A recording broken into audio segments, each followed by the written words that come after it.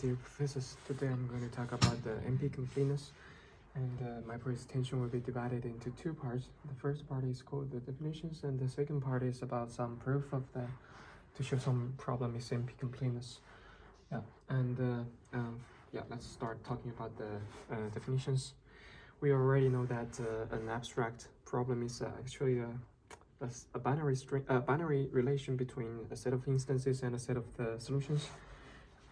And we assume our instances of our problem are encoded as binary strings.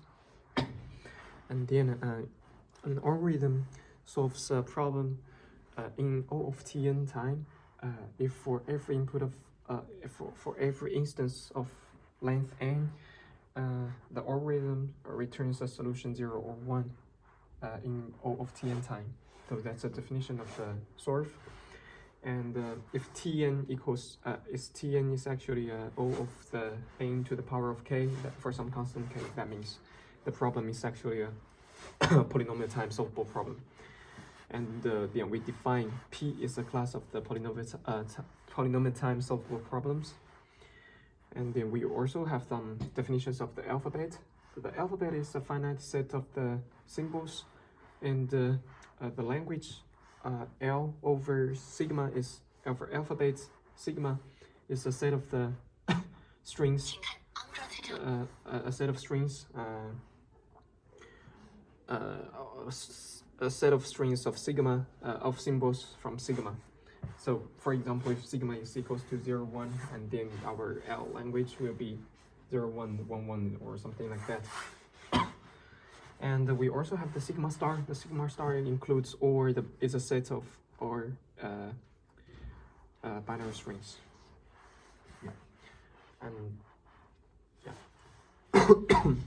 We have the definition of the decision problem Q, and our decision problem Q is consisted of yes instances and no instances.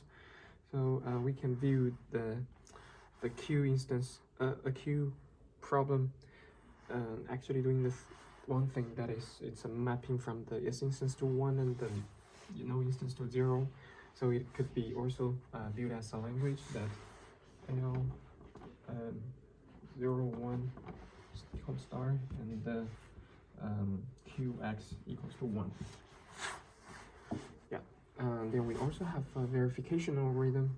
A verification A is a verification algorithm that taking two arguments, x and y. Y is a certificate, and A is actually verifying string x if there's a certificate y such that A x y equals to 1.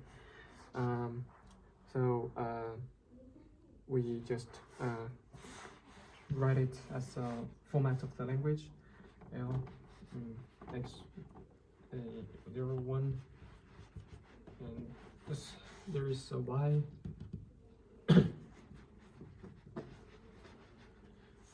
such that A x y equals to 1. This is a definition of the verification algorithm. And we also have so the MP completeness. MP is actually the problem that can be solved, can be verified in polynomial time. So if language L in MP, that means if and only if there is a verification algorithm verifies the certificate y in polynomial time. So we can write it like this.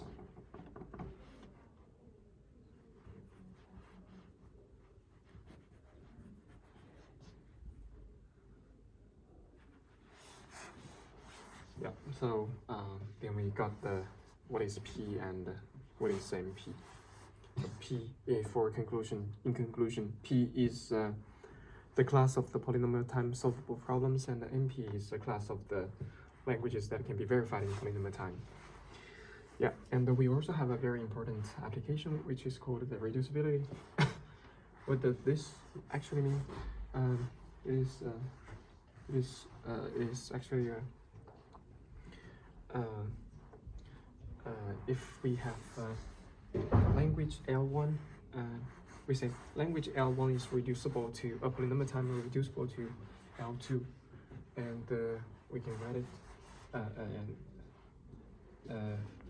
if there is a polynomial time computable function f and 0, 1, 2, 0, 1, and such that for x 0, 1, and we have x in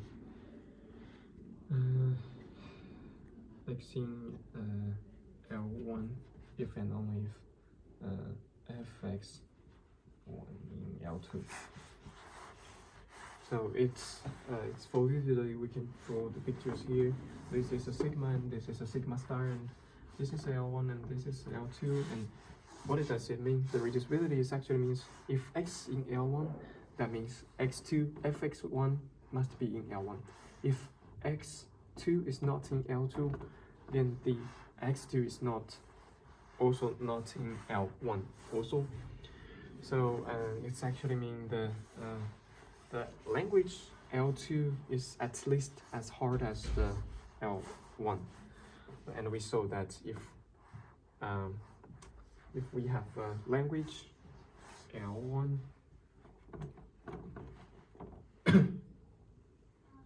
L2 and if L2 in P, then that means L1 in P.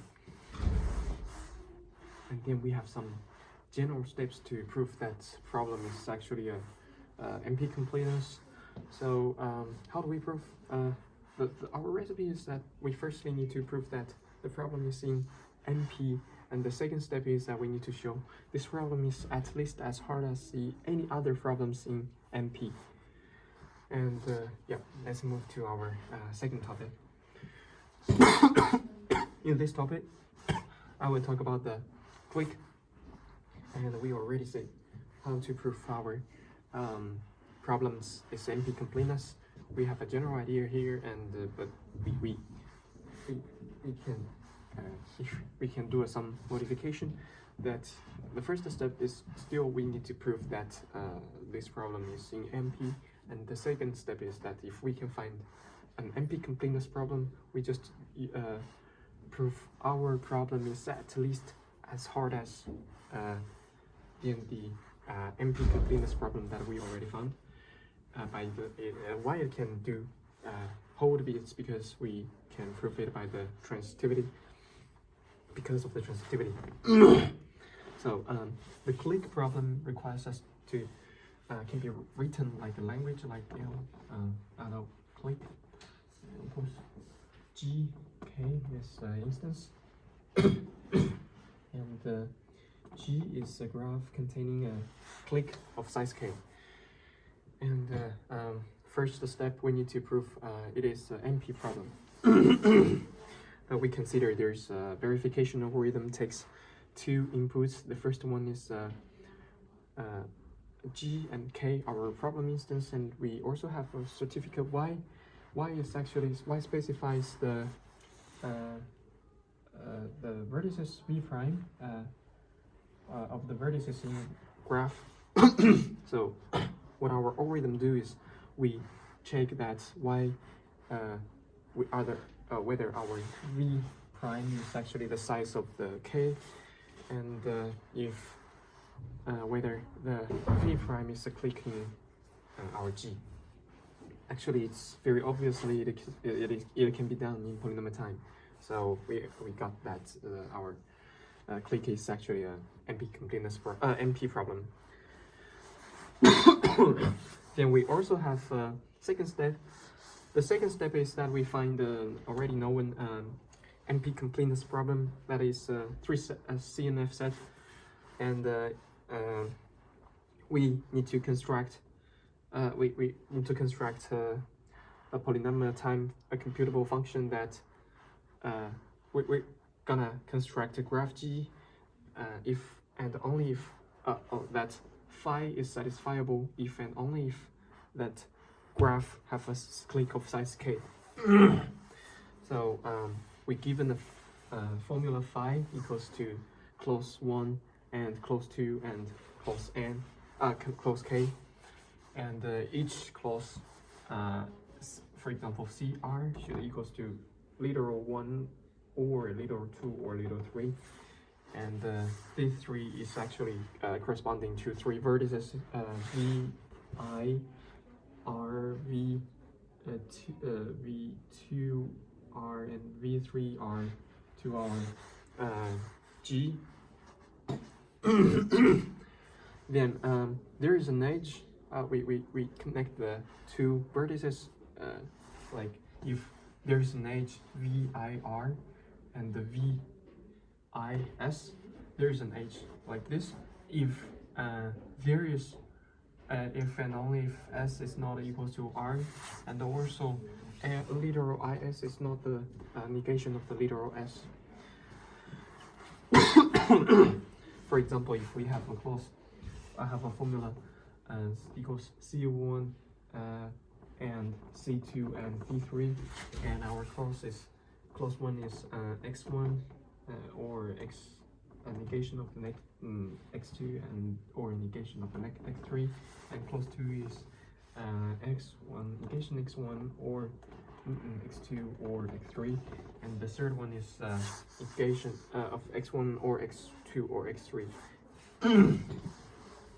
And we just use the rule we have mentioned above to construct the graph G. So and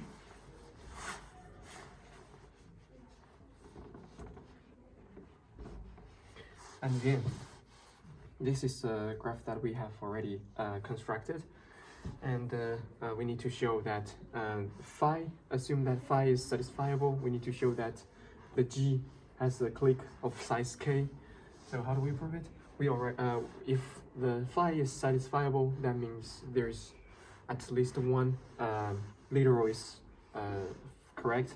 It's 1, so we just pick randomly from each clause and assign the values 1, 1, 1, and then we just we can see there is actually means the total of k, size of k vertices, and we can see that there is actually a clique. This is our graph, and there is a clique over there, so it proves. And what about the opposite direction? If G is actually a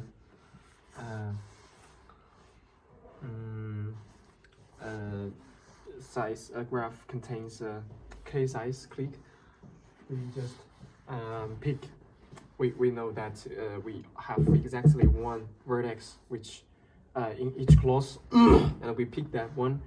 We assign 1 to that variable, and yeah, we just pick this maybe, and then we will find there is a clique, right? And we already know that the variable is cannot be 0 or 1, so and we pick the values to the phi, and we can see it's actually also a satisfiable assignment. Yeah. So that's a proof of the clique.